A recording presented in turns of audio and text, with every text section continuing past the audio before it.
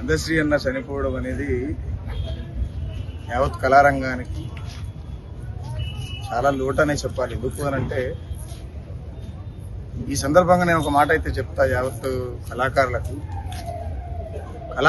కళాకారులుగా కాకుండా ఈ సమాజాన్ని మేలుకొల్పేటువంటి మేధావులుగా చనిపోతే బాగుంటుందని నేను ప్రగాఢంగా భావిస్తా. ఇలా ఆటలు ఆడేటోళ్ళని పాటలు ఆడేటోళ్ళని సమాజంలో పాడినంతసేపు చాలా గొప్పగా చూసే సమాజం ఉన్నది. కానీ ఈ పాటలు పాడేటోళ్ళ లాగానే చూస్తుంది సమాజం కావచ్చు, అవసరం ఉన్న నాయకులు కావచ్చు, అవసరం ఉన్న సందర్భం పార్టీలు ఏవైనా కావచ్చు. ఒక కళాకారుడు అక్షరానికి పురుడు పోస్తే ఆ అక్షరం యావత్ ప్రపంచానికి అవసరమైతే ఆ అవసరం తీర్చేటువంటి కళాకారుడు మాత్రం ఎప్పటికీ పూటకు లేని పాటకాలు లెక్కనే చచ్చిపోతుంది. ఫస్ట్ ఆఫ్ ఆల్ పాటకాళ్ళు అనేటోళ్ళు, రాసేటోళ్ళు, కొట్టేటోళ్ళు, ఎగరేటోళ్ళు, దుంకేటోళ్ళు ఎవరైనా సరే ఫస్ట్ మన మనగడను చూసుకుంటూ ప్రయాణం చేయాలని అనేటువంటి నేపథ్యంలో తిరుగుతుంటారు. ఇక అందశ్రీ అన్న విషయానికి వస్తే ఆయన రాసినటువంటి సాహిత్యం మామూలు సాహిత్యం కాదు, మాటలలో కూడా చెప్పలేము. మాయమైపోతున్నాడమ్మా మనిషన్నవాడు, మత్సుకైనా లేడు చూడు మానవత్వం ఉన్నవాడు, నూటికో కోటికో ఒక్కడు యాడ ఉన్నడగాని కంటికి కనరాడు.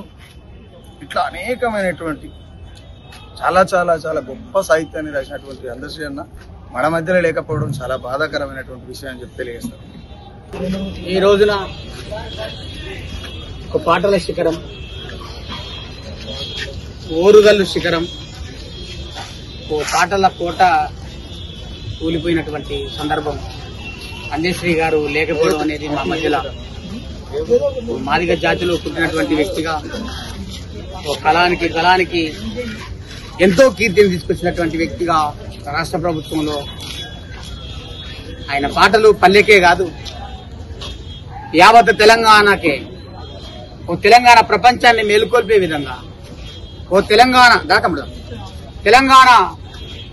మేల్కొల్పే విధంగా వేలాది గొంతుకలు ఒక్కటై పాడే విధంగా ఒక జాతీయ గీతంగా, ఇలా రాష్ట్ర గీతంగా ఏర్పడిన జయ జయ తెలంగాణ అంటూ గర్జించినటువంటి గలం అందశ్రీ గారు.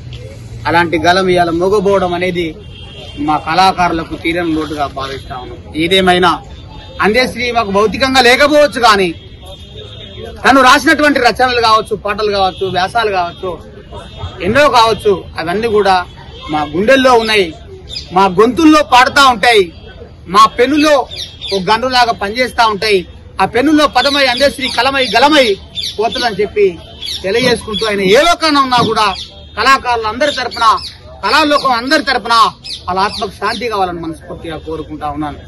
ఈ రాష్ట్రంలో ఎక్కడో మేస్త్రి పని చేస్తూ పూట గడవక ఎక్కడో మారుమూలలో పల్లెల్లో పుట్టినటువంటి పని కోసం వచ్చి పాట మీద ధ్యానం చేసినటువంటి వ్యక్తిగా చూసుకున్నటువంటి సందర్భాలలో అందశ్రీ గారు ఇవాళ నిలబడ్డాడు అని అంటే ఇవాళ తెలంగాణ మాండలికాన్ని ఒడిసిపట్టుకున్నాడు కాబట్టి ఇవాళ తెలంగాణ రాష్ట్రంలో నిలబడగలిగింది.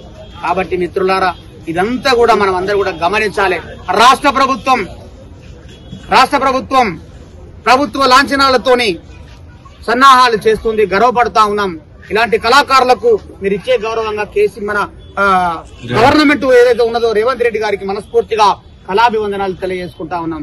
ఈ రాష్ట్రంలో ఉన్నటువంటి ఏ కళాకారుడు చనిపోయినా, ఏ కళాకారుని కూడా ఉన్నటువంటి అందరినీ కూడా ఎక్కడో ఉన్నటువంటి కళాకారులను గుర్తింపు చేస్తున్నటువంటి ఈ రాష్ట్ర ప్రభుత్వానికి మనస్ఫూర్తిగా కళాభివందనాలు తెలియజేసుకుంటా ఉన్నాను.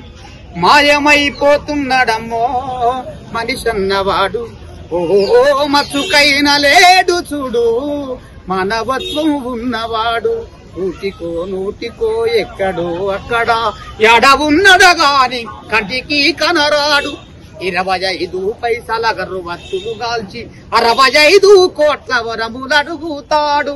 ఇలాంటి పాటలే కాదు, ఇవాళ పల్లె మీద రాసినటువంటి అద్భుతమైనటువంటి పాట పల్లె నీకు వందనాలమ్మ. ఆ పల్లె పాట వాడితే ఆ పల్లెని ఒక్కసారి చూసినట్టే అనిపిస్తుంది, అంత అద్భుతంగా రాసినటువంటి అందశ్రీ గారు. పల్లె నీకు వందనాలమ్మ, నన్ను గన్నా పల్లె తల్లి నీకు వందనాలమ్మా. నాకు ఆట నేర్పి పాట నేర్పి బతుకు బాట చూపినందుకు పల్లె నీకు వందనాలమ్మా. పాలు మరిసి జీతాముండి అసులగా సే రోజులల్లా కడుపులోన ఆకలిమంట కూడు వండకపోదురు ఇంట. కళ్ళ నిండా రేగు ముళ్ళు కళ్ళ నిండా కమ్మే నీళ్ళు కడుపులోని ఆకలిమంట కూడు వండకపోదురు ఇంట. ఇసుక దిప్పలో పనుపులేసి ఊరడించిన గురుతులు ఎన్నో పల్లె నీకు వందనాలమ్మా. నన్ను గన్నా పల్లె తల్లి నీకు వందనాలమ్మా. ఇరికి పరికి ఈత పండ్లు వాటమైన తాటి పండ్లు అమృతాన్ని మించినవమ్మా చక్కని సీతాపలుక పండ్లు కడుపుకు ఇంపైన కాయలతో కడుపు నింపిన గురుతులు ఎన్నో పల్లె నీకు వందనాలమ్మా. నన్ను గన్నా పల్లె తల్లి నీకు వందనాలమ్మా. అన్న నీకు వందనాలన్నా మా అందేశ్రీ బాపు నీకు వందనాలయ్యా. Thank you.